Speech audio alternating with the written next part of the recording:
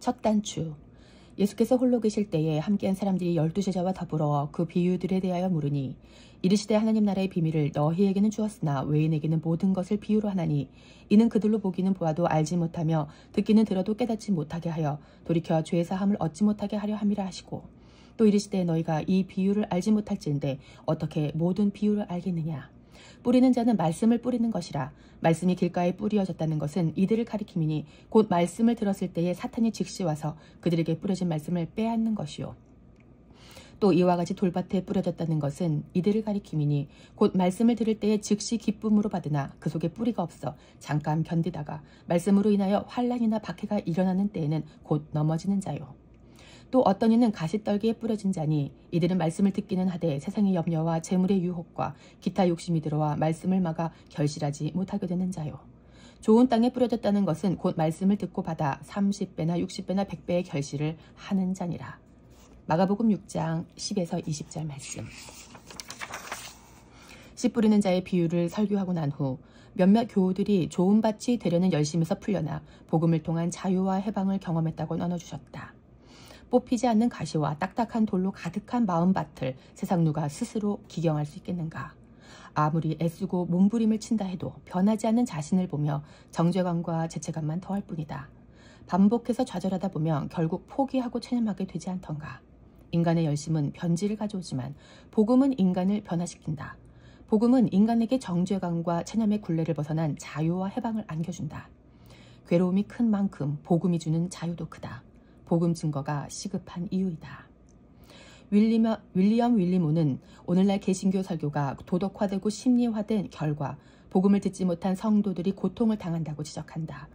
설교단에선 설교자들이 자기 개발을 위한 동기부여의 메시지를 전달하며 청자들이 스스로 결단하도록 부추겨 왔기에 청자들은 정죄감의 악순환에서 벗어나지 못한다는 것이다. 설교는 청중이 이루어야 하는 이상을 도출하는 게 아니다. 복음은 자기 성취와 자기 만족을 위한 이기적인 기술이 아니다. 설교자는 설교단에서 복음을 선포해야 한다.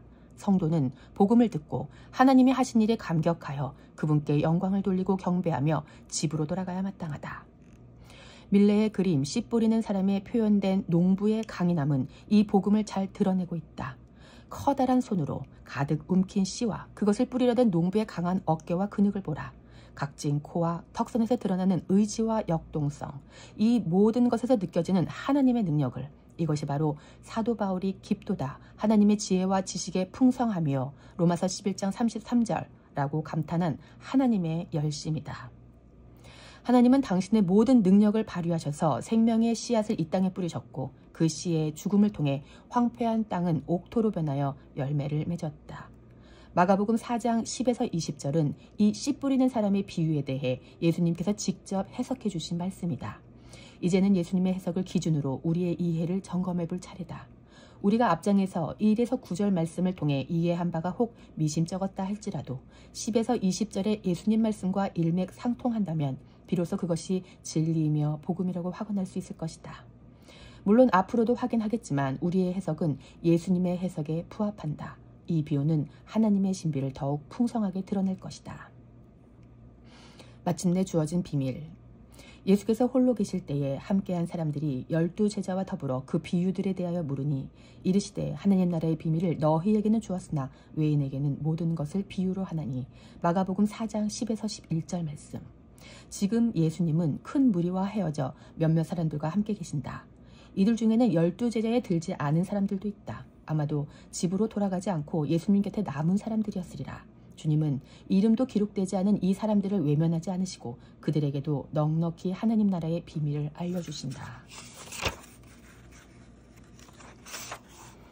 예수님이 말씀하신 비밀은 이거 비밀인데 너만 알고 있어? 라고 말하는 그런 종류의 비밀이 아니다. 우리말 비밀이라고 번역한 헬라어 미스테리오는 비밀보다는 신비에 가깝다. 불가사의한 일을 뜻하는 영어 미스테리는 이 미스테리온에서 유래되었다. 예수님은 당신과 함께한 자들에게 하나님 나라에 감추어진 신비를 알려주신 것이다.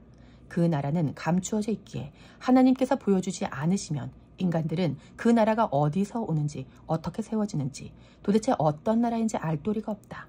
그런데 지금 예수님과 함께 있는 몇몇 사람들은 이 신비를 듣고 있다. 도대체 이들이 누구이기에 이런 특혜를 누리는 것인가? 헌금을 많이 했나? 기도를 많이 했나? 모두 아니다. 이들은 외인들과 똑같이 아무것도 모르는 무지한 자들이다. 마가복음 4장의 마지막은 예수님 곁에서 하나님 나라의 비밀을 다 듣고도 여전히 예수님이 누구신지 모르는 이들의 무지를 고스란히 드러낸다. 그들이 심히 두려워하여 서로 말하되 그가 누구이기에 바람과 바다도 순종하는가 하였더라. 마가복음 4장 41절 말씀. 믿음도 없고 예수님이 누구신지도 모르는 제자들이지만 이들에게는 비밀이 허락되었다. 선택을 받은 것이다. 그렇다면 선택의 조건은 무엇일까? 다른 조건은 없다. 그저 은혜다. 그저 예수님으로부터 은혜를 받은 것뿐이다. 오늘날 우리 또한 하나님 나라의 비밀을 듣고 있다면 그건 우리가 특별해서가 아니라 전적인 은혜임을 기억하자. 그런데 자연스럽게 이런 질문이 따라온다. 왜 극소수의 사람들만 특혜를 받고 있는가? 예수님의 제한적 선택의 이유는 무엇인가? 왜 예수님은 무리들에게는 감추시고 소수의 사람들에게만 뜻을 풀어주셨는가 말이다. 12절에 예수님께서 직접 밝히신 이유를 들어보자. 이는 그들로 보기는 보아도 알지 못하며 듣기는 들어도 깨닫지 못하게 하여 돌이켜 죄의 사함을 얻지 못하게 하려 함이라 하시고 마가복음 4장 12절 말씀. 예수님은 보고 들은 자들이 스스로 죄 사함을 얻지 못하게 하려고 감추셨다고 말씀하셨다. 이런 불공평해 보이는 처사를 쉽게 수긍하고 받아들일 사람이 몇이나 될지 모르겠다. 그러나 예수님께서 말씀하시는 죄의 사함이 무엇인지 조금만 생각해보면 비밀을 스스로 깨닫지 못하도록 감추신 것이 얼마나 큰 은혜인지 알게 된다. 기억하는가? 아담과 하와가 선악과를 따먹었을 때 하나님께서는 생명나무로 가는 길을 막으셨다. 범죄한 인간이 생명나무 열매를 먹고 영생하지 못하게 하신 것이다. 범죄하기 전에는 어땠을까? 범죄하기 전에 금지된 열매는 오직 선악과뿐, 생명나무 열매는 마음껏 먹을 수 있었다. 그러나 범죄한 인간에게 생명나무 열매는 영벌에 이르는 열매가 되고 말았다. 죄인인 상태로 영원히 사는 것이 영벌이기 때문이다. 선악과를 따먹고 나서 스스로 선악을 판단하게 된 인간은 믿을 만한 존재가 못 된다. 영벌인 줄도 모르고 영생을 갈망하며 생명나무 열매로 손을 뻗었을 아담과 하와를 상상해보라. 서로 먹겠다고 달려들어 머리채를 잡고 싸웠을지도 모른다. 인간은 자기가 보기에 선한 일이라면 악한 일도 마다하지 않은 존재로 타락해버렸지만 그런 인간을 여전히 사랑하시는 하나님은 인간이 영벌 받는 것을 허락하지 않으셨다. 타락 전에는 먹을 수 있었으나 타락 후에는 안 된다. 인간 스스로 영생을 취하려는 시도가 바로 영벌로 가는 내리막길이기에 친히 막아서신 것이다. 이 얼마나 큰 은혜란 말인가. 고린도전서 13장은 사랑이 없이는 아무 유익이 없다고 증언한다. 사랑은 자신의 유익을 구하지 않기에 자신의 유익을 위해서 하는 행위는 사랑이 아니라 욕심이다. 욕심이 잉태하면 죄를 낳고 죄가 장성하여 사망에 이르기 마련이다. 그러므로 아담과 하와가 영생이라는 자신의 유익을 위해 생명나무 열매를 따먹는 것은 악한 일이고 해선 안 되는 일이었다. 마찬가지로 패역한 백성이 스스로 돌이켜 죄 용서를 받으려 한다면 그것은 동기도 선하지 않을 뿐더러 처음부터 불가능한 행위이다. 스스로 사함을 얻기 위해 부지런히 달려들려는 가르침은 되지 않는 것을 되게 하려는 속임수이며 모든 종교의 한계이다. 우리는 외인에게는 감추어진 하나님 나라 신비가 너에게는 주어지는 이 이야기를 통해 예수님의 주권적인 선택하심을 겸손히 인정해야 한다. 죄의 용서는 본래 스스로 받을 수 없다. 죄라는 것은 그 죄 지은 사람과 상대방이 있게 마련인데 이스라엘의 경우는 그 상대방이 하나님이었기에 인간 스스로 돌이켜 죄 용서를 받는 것은 더더욱 있을 수 없는 일이었다. 그러나 욕심 많은 인간은 죄를 가지고 있는 찝찝한 상태를 견디지 못하고 용서해 주시기도 전에 스스로를 용서하기 위해 하나님께 달려든다. 용감해 보일지 모르겠지만 어리석은 모습이다. 창조주께 이렇게 덤벼들다니 안 될 일이다. 불가능한 시도다. 먼저는 용서해 주실 분이 계셔야 하고 그분이 용서하실 때와 시를 정해 주셔야 한다. 예수님은 스스로 듣고 깨달아 자신의 영생과 죄사함을 추구하는 종교 집단을 창설하시고자 이 땅에 오신 것이 아니다. 씨 뿌리는 자의 비유는 종교와는 차원이 다른 그리스도교를 이해하는 첫 번째 단계이다. 예수님은 이 비유를 알지 못하면 다른 비유도 알 수 없다고 말씀하셨다. 마가복음 4장 13절 말씀. 다시 말해 이 비유를 알아야 비로소 예수님이 앞으로 말씀하실 모든 비유와 말씀을 이해할 수 있다는 뜻이다. 씨 뿌리는 자의 비유가 첫 단추인 셈이다. 첫 단추를 잘못 끼우면 웃음 꽝스러워진다. 교회가 이 비유를 이해하지 못한다면 단추가 어긋나고 속살이 드러나는 수치를 당하게 될 것이다. 일평생 종교인으로 살다가 허무하게 끝내고 싶지 않다면 먼저 예수님의 말씀을 자세히 살펴보는 편이 좋겠다. 비밀의 해석 14절.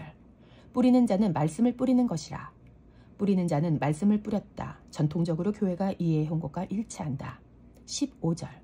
말씀이 길가에 뿌려졌다는 것은 이들을 가리킴이니 곧 말씀을 들었을 때에 사탄이 즉시 와서 그들에게 뿌려진 말씀을 빼앗는 것이요. 예전에 예배가 끝나고 들은 말씀을 사탄에게 빼앗기지 않기 위해 예수보혈을 뿌린다고 주문 외우듯이 중얼거리며 예배당을 나서는 사람을 본 적이 있다. 청년 시절 나의 눈에 그 모습은 정말 신실하게 보였다. 그러나 이제 와서 생각해보면 그분은 자유를 몰랐던 것 같다. 인간이 어디 예수보혈 주문을 외운다 해서 스스로를 지킬 수 있는 존재인가? 밭은 자신에게 떨어진 씨를 지키겠다고 스스로 그물을 치거나 새를 쫓을 수 없다. 16, 17절. 또 이와 같이 돌밭에 뿌려졌다는 것은 이들을 가리킴이니 곧 말씀을 들을 때에 즉시 기쁨으로 받으나 그 속에 뿌리가 없어 잠깐 견디다가 말씀으로 인하여 환난이나 박해가 일어나는 때에는 곧 넘어지는 자요. 돌밭은 말씀을 즉시 기쁨으로 받지만 그 속에 뿌리가 없어 환난이나 박해가 일어날 때 넘어지고 마는 자다. 혹 넘어지지 않도록 세상으로 나가지 않고 예배당에서만 먹고 자고 하면 문제가 해결되지 않을까 생각할지 모르겠지만 예수님은 환난과 박해 가운데 말씀을 지킬 능력이 없는 돌밭인 제자들을 세상과 현실 속으로 밀어내신다. 18, 19절 말씀. 또 어떤 이는 가시떨기에 뿌려진 자니 이들은 말씀을 듣기는 하되 세상의 염려와 재물의 유혹과 기타 욕심이 들어와 말씀을 막아 결실하지 못하게 되는 자요. 가시떨기는 세상의 염려와 재물의 유혹과 기타 욕심으로 말씀이 막히는 자다. 세상에 욕심 없는 자가 있으랴. 이런 것들로 인해 말씀이 결실하지 못하는 상태가 가시떨기의 상태다. 20절 말씀. 좋은 땅에 뿌려졌다는 것은 곧 말씀을 듣고 받아 30배나 60배나 100배의 결실을 하는 자니라. 좋은 밭은 말씀을 듣고 받아서 30배, 60배, 100배의 결실을 맺는다. 그래서 대체로 이 본문에서 나온 설교는 자신의 염려와 욕심을 발견하여 회개하는 것, 그리고 가시를 뽑아내어 환난과 박해와 유혹을 떨치고 믿음으로 승리할 수 있도록 결단하는 것, 그래서 30배, 60배, 100배의 축복을 받아 누리라는 충고 정도였다. 이 본문에 대한 설교가 이 정도로 맞춰져 왔다는 것은 윌리엄 윌리몬이 지적한 대로 개신교 설교가 도덕화되고 심리화되었다는 증거이다. 도대체 왜 인간의 힘으로는 안 되는가? 의인은 없나니 하나도 없듯이 로마서 3장 10절 말씀. 이 세상에 좋은 땅은 하나도 없기 때문이다. 예수님으로부터 하나님 나라의 비밀을 직접 전수받고 있는 이 사람들 역시 그 비밀을 받아 수호하는 결사대가 될 만큼 훌륭한 인물들이 아니었음을 기억하자. 모든 인간은 길가이며 돌밭이며 가시떨기이다. 이스라엘이 좋은 땅이었는가? 아니다. 이스라엘이 좋은 땅이었다면 왜 망했겠는가? 하나님의 백성으로 선택되어 유일하게 율법을 받고 하나님의 제사장 국가가 되었지만 그들은 패역한 백성으로 살다가 심판받았다. 이스라엘의 심판자로 사용되었던 애굽은, 바벨론은, 페르시아는, 로마는 좋은 땅이었나? 오늘날 대한민국은 좋은 땅인가? 아니다. 어느 민족, 어느 나라, 어느 방언도 좋은 땅이라고 불릴 만한 곳은 없다. 이것이 인간의 실제이며 실체이다. 역사 이래로 좋은 땅은 없었다. 그런데 현실은 하나님의 나라가 왔고 하나님의 백성이 나타났다. 어떻게 된 영문인가? 땅이 스스로 해낸 일이 아니다. 유일한 좋은 씨인 예수 그리스도가 떨어져서 죽으심으로 하나님의 나라가 재건되었고 하나님의 백성이 거듭났다. 좋은 씨가 뿌려짐으로 나쁜 땅에서도 열매를 맺다니 참으로 신비이다. 이것은 전적으로 하나님께서 예수 그리스도 안에서 이뤄내신 업적이다.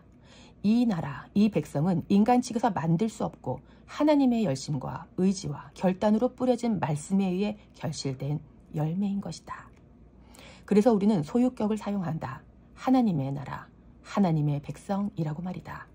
하나님의 때에 하나님의 방법에 따라 하나님의 주권적인 선택하심으로 그분의 나라 백성이 된 우리는 이 이야기를 복음으로 듣고 하나님 나라의 신비라고 말한다. 좋은 땅이 있어서 그 땅에서 좋은 열매가 맺혔다면 그건 인과관계일 뿐이다. 신비가 아니라 상식과 원리의 영역이다. 그러나 교회는 신비롭게 탄생한 하나님의 나라요, 하나님의 백성이다. 우리가 아직 죄인 되었을 때, 우리가 하나님의 원수였을 때, 우리가 알지도 못하고 원하지도 않았을 그때 이미 이루어진 일이다. 교회는 이 신비가 예수 그리스도 안에서 이미 이루어졌다는 소식을 받았다. 믿음의 조상 아브라함. 하나님의 나라 신비를 더 깊이 이해하기 위해 우리의 조상을 기억해보자. 믿음의 조상 아브라함을 말이다. 아브라함은 믿음의 조상이다. 많은 설교자들이 하나님의 말씀에 따라 고향을 떠난 아브라함을 통해 우리도 아브라함처럼 되어야 한다라고 선동한다. 아브라함의 믿음을 본받아 믿음의 가문을 세우고 그런 자신을 통해 천하만민이 복을 받게 하라는 것이다. 도덕화, 심리화된 개신교 설교의 전형이며 성경을 곡해하는 잘못된 교훈이다. 하나님 나라 이스라엘의 시조를 정하는 믿음의 조상 세우기는 이미 끝난 일이기에 아브라함 이야기는 내 가문을 믿음으로 굳게 세운 데 적용할 말씀이 아니다. 그렇다고 믿음의 후손들에게 아브라함을 본받아 믿음의 결단을 하고 순종하라는 말씀은 더더욱 아니다. 우리는 질문해 보아야 한다. 하나님께서 그를 믿음의 조상이라고 여기신 이유가 그의 믿음이 만대 모범이 되는 순전한 믿음이었기 때문일까? 아브라함은 과연 좋은 땅이었는가? 여호와께서 아브라함에게 이르시되 너는 너의 고향과 친척과 아버지의 집을 떠나 내가 네게 보여줄 땅으로 가라. 내가 너로 큰 민족을 이루고 네게 복을 주어 내 이름을 창대하게 하리니 너는 복이 될지라. 너를 축복하는 자에게는 내가 복을 내리고 너를 저주하는 자에게는 내가 저주하리니 땅의 모든 족속이 너로 말미암아 복을 얻을 것이라 하신지라. 창세기 12장 1에서 3절 말씀. 이에 아브라함이 여호와의 말씀을 따라갔고 롯도 그와 함께 갔으며 아브라함이 하란을 떠날 때에 75세였더라. 창세기 12장 4절 말씀. 이 말씀은 아브라함이 하나님의 말씀에 순종한 대표적인 장면으로 여겨져 왔다. 그런데 정말 아브라함이 순종했는가? 아니다. 아브라함은 친척인 롯을 데려가므로 즉시 불순종했다. 이건 더 교묘한 불순종이다. 한 것도 아니고 안 한 것도 아닌 더 가증한 행위다. 가면 가고 안 가면 안 갈 것이지 말씀도 따라가고 친척도 데려갔던 것이다. 예수님의 비유 해석을 기억하는가? 그는 말씀이 떨어진 즉시 사탄에 의해 뿌려진 그 말씀을 빼앗기고 말았다. 아브라함이 좋은 땅인가? 그는 길가였다. 가나안 땅에 마침내 들어간 아브라함은 자기에게 나타나신 여호와 하나님을 뵙고 이 땅을 너와 네 자손에게 주리라는 약속도 받는다. 그런데 그는 그 약속을 받고도 그 땅에 머무르지 않고 남쪽으로 계속 내려가다가 마침내 애굽까지 내려간다. 창세기 12장 7에서 10절 말씀. 이는 그 땅의 기근이 심하였기 때문이다. 말씀을 들을 때는 기쁨으로 받고 제단을 쌓아 예배도 드리고 하나님의 이름도 불렀지만 그 속에 뿌리가 없으니 기근을 만났을 때 넘어졌던 것이다. 아브라함은 좋은 땅인가? 그는 돌밭이었다. 그렇게 애굽에 들어간 아브라함에게 세상의 염려가 닥친다. 애굽에 가까이 이르렀을 때 애굽인이 자신을 살해할까 봐 불안해진 것이다. 그는 결국 근심과 염려를 이겨내지 못하고 자기 목숨을 지키고자 아내를 누이라고 속이고 말았다. 그는 하나님의 말씀으로 말미암아 살지 못하고 아내로 말미암아 살았다. 세상의 염려로 인해 말씀이 그의 안에서 결실하지 못했다. 아브라함은 좋은 땅인가? 아니다. 그는 그저 가시떨기일 뿐이었다. 애굽에서 나온 이후에도 아브라함의 불순종은 계속 이어져서 이번에는 약속의 자녀가 아닌 행위의 자녀 이스마엘을 낳아버린다. 아브라함의 아내 사레는 출산하지 못하였고 그에게 한 여종이 있으니 애굽 사람이요 이름은 하갈이라. 사레가 아브라함에게 이르되 여호와께서 내 출산을 허락하지 아니하셨으니 원하건대 내 여종에게로 들어가라. 내가 혹 그로 말미암아 자녀를 얻을까 하노라 하매 아브라함이 사레의 말을 들으니라. 아브라함의 아내 사레가 그 여종 애굽 사람 하갈을 데려다가 그 남편 아브라함에게 첩으로 준 때는 아브라함이 가나안 땅에 거주한 지 10년 후였더라. 창세기 16장 1에서 3절 말씀. 애굽 여인 하갈은 아브라함 일행이 기근을 피해 애굽에 내려갔을 때 얻은 종이었을 것이다. 메소포타미아 지역에서 살아온 아브라함에게는 이국적인 존재다. 이 낯선 여인에게 들어가라는 말이 아브라함의 아내 사라의 입에서 나왔다. 이에 아브라함은 군말 없이 즉시 순종한다. 아브라함이 가시떨기였음이 또 한 번 폭로되는 장면이다. 예수님의 가르침에서 가시떨기는 세상의 염려, 재물의 유혹, 그리고 기타 욕심에 막혀 결실하지 못하는 땅이었다. 기타 욕심이라고 번역한 헬라어 에피뛰미아는 금주된 것이나 낯선 것에 대한 욕망을 뜻한다. 한마디로 정욕이다. 낯선 이국 여행과의 동침을 아내가 허락해주다니 세상 남성들에게 이보다 더 설레는 좋은 소식이 또 있을까. 아브라함이 하갈을 취한 결과 인간의 방법으로 만들어낸 이스마엘이 탄생했고 이스마엘의 자손들과 이삭의 자손들은 역사 내내 오늘까지도 피 튀기는 싸움을 이어가고 있다. 이러고도 아브라함이 좋은 땅인가? 아브라함은 그저 뾰족뾰족한 가시떨기에 불과하다.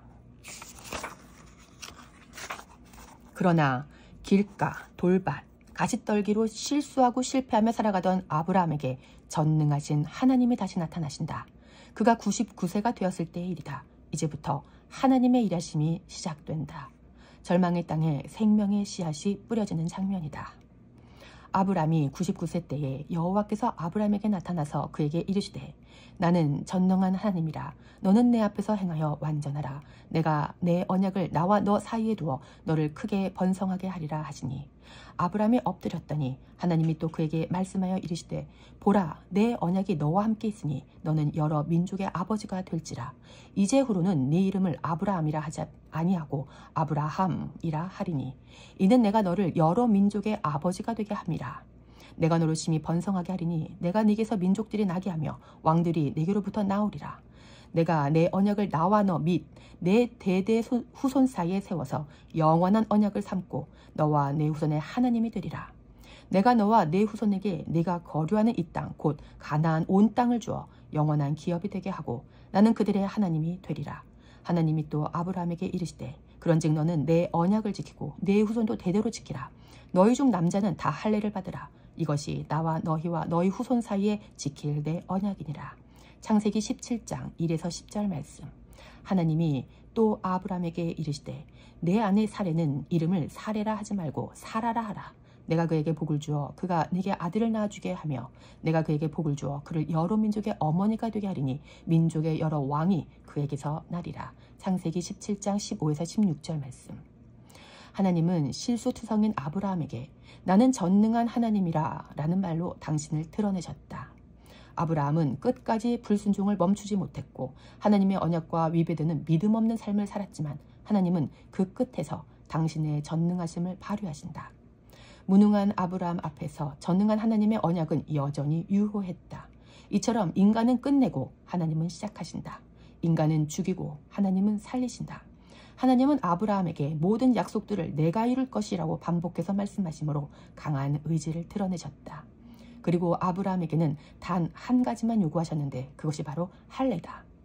할례는 남자의 성기를 잘라내는 행위로서 스스로는 생식 기능을 하지 못하는 신앙 고백의 표식이다. 하나님만이 생명을 주실 수 있는 분임을 인정한다는 증표인 것이다. 따라서 할례를 받았다고 자랑할 수 없다. 내가 내 몸을 이렇게 상해 가면서까지 하나님을 사랑했다고 자랑하는 자는 영적인 파바리맨이다. 하나님께서 이렇게까지 하셨음에도 불구하고 우리의 아브라함은 여전히 믿지 않는다. 하나님의 말씀을 들은 아브라함은 그분의 말씀을 비웃고 만다. 이러고도 아브라함이 좋은 땅인가?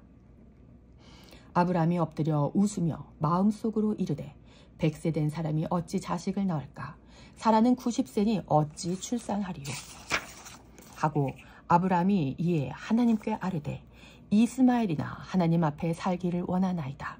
하나님이 이르시되 아니라 네 아내 사라가 네게 아들을 낳으리니 너는 그 이름을 이삭이라 하라. 내가 그와 내 언약을 세우리니 그의 후손에게 영원한 언약이 되리라. 창세기 17장 1에서 19절 말씀. 지금까지 우리는 아브라함이 길가, 돌밭, 가시떨기라고 확인했는데 이쯤 되면 아예 콘크리트 바닥이라고 해야 할 것 같다. 그런데 바로 이런 사람이 우리 믿음의 조상이다. 그렇다고 하나님이 아브라함에게 하신 너로 말미암아 천하 만민이 복을 받으리라 라는 약속을 취소하실까? 그렇지 않다. 하나님은 이 약속을 거두지 않으셨다. 이미 약속이 이루어져서 우리도 그의 자녀가 되어 하나님을 찬양하고 있으니 말이다. 이 약속은 처음부터 아브라함이 지켜내는 약속이 아니었다. 아브라함은 좋은 밭과는 거리가 먼 딱딱하게 굳은 땅이었지만 그런 아브라함의 상태보다 하나님의 약속이 먼저였다. 인간은 할 수 없는 일을 하나님께서 행하신다. 아브라함이 싼 똥을 하나님이 다 닦으셨다. 철없는 자녀의 기저귀를 오랜 시간 동안 갈고 기르셨다. 그래서 아브라함은 열방의 아버지가 되었고 언약은 성취되었다. 그리스도인들이 아브라함의 이야기에서 그의 믿음을 본받으려는 교훈을 찾아서는 안 되는 이유가 여기에 있다. 그런 성경 읽기로는 주인공이신 하나님을 알 수가 없기 때문이다. 하나님께서 처음과 끝을 다 쥐고 계신다. 그리스도인은 이 안정감 안에서 사는 사람들이다. 우리는 하나님이 붙들고 계신 처음과 끝 사이의 시간을 산다. 연약한 우리가 이 안에서 실수하여 다 망가뜨려도 하나님은 넉넉하게 기다려주신다. 그분은 우리의 아버지시다.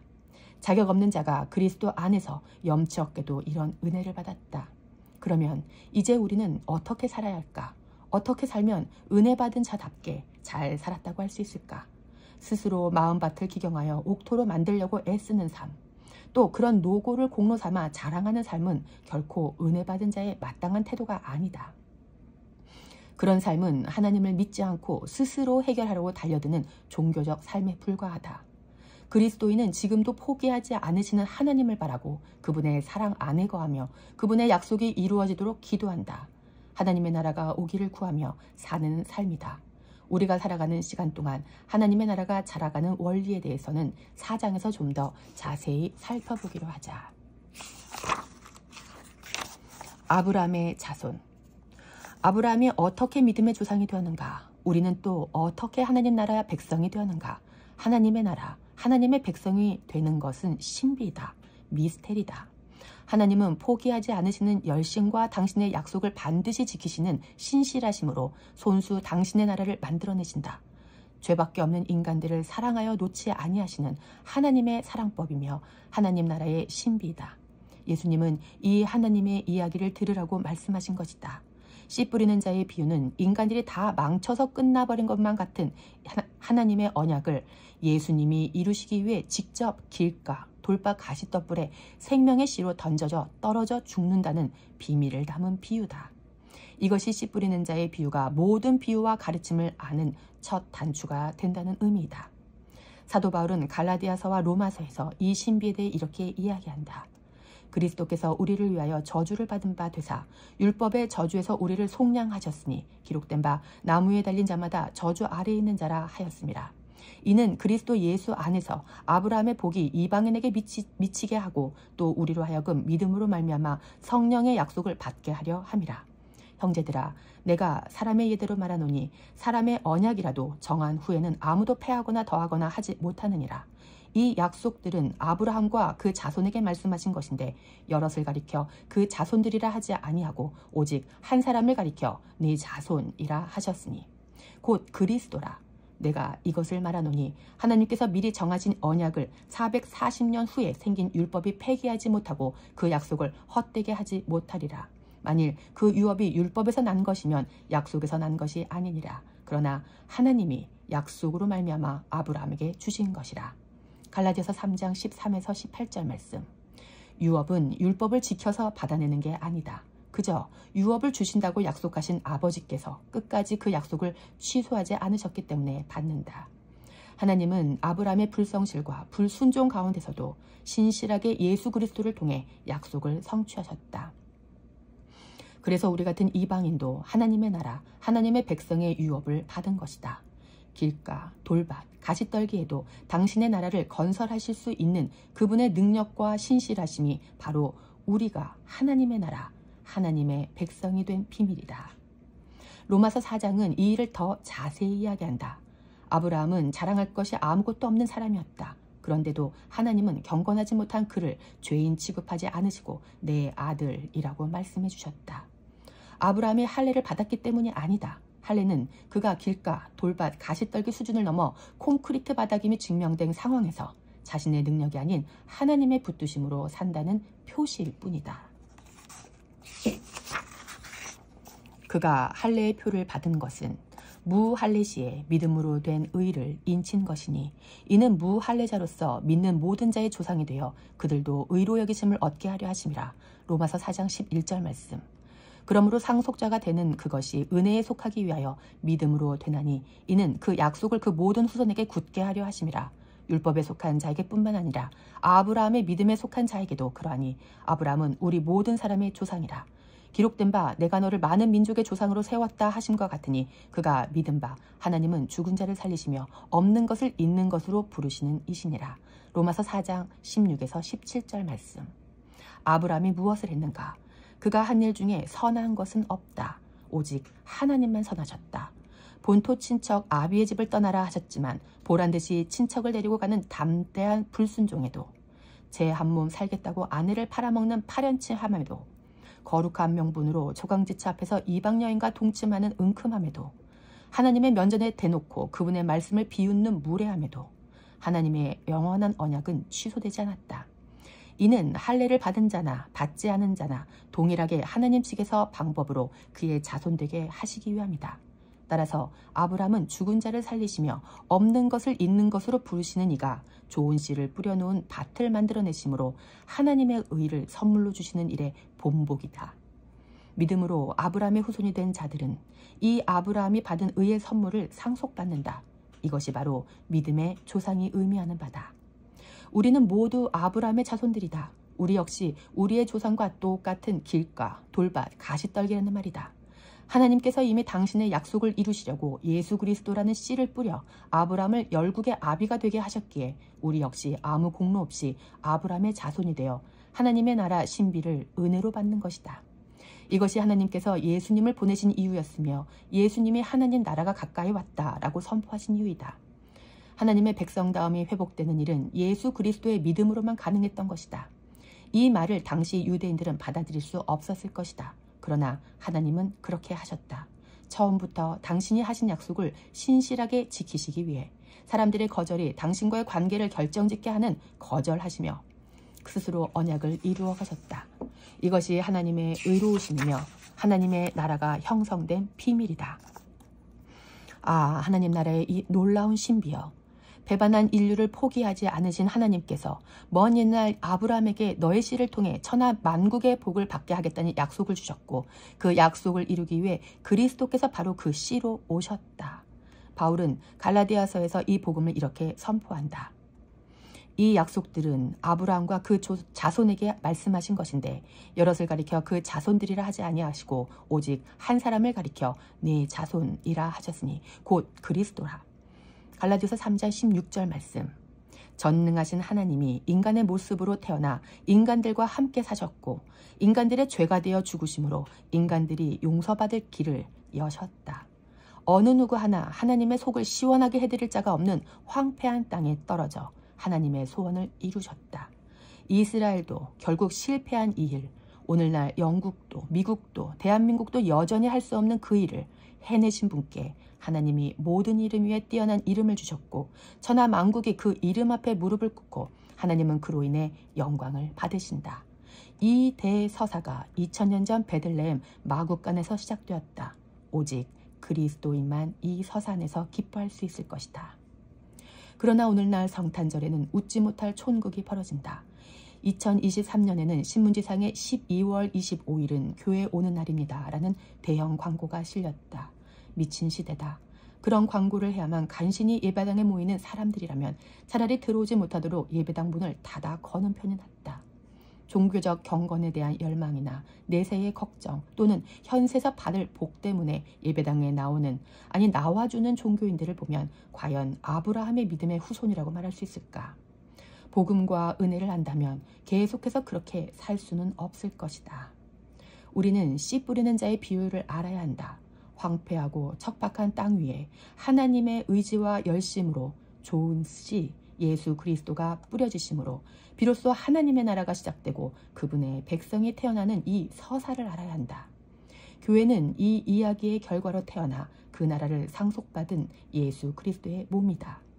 온 교회가 씨 뿌리는 자의 비유를 알기를 바란다. 세세토록 찬양받으실 하나님의 나라를 고대하는 그리스도의 몸된 교회들이여 이제 깨어나라.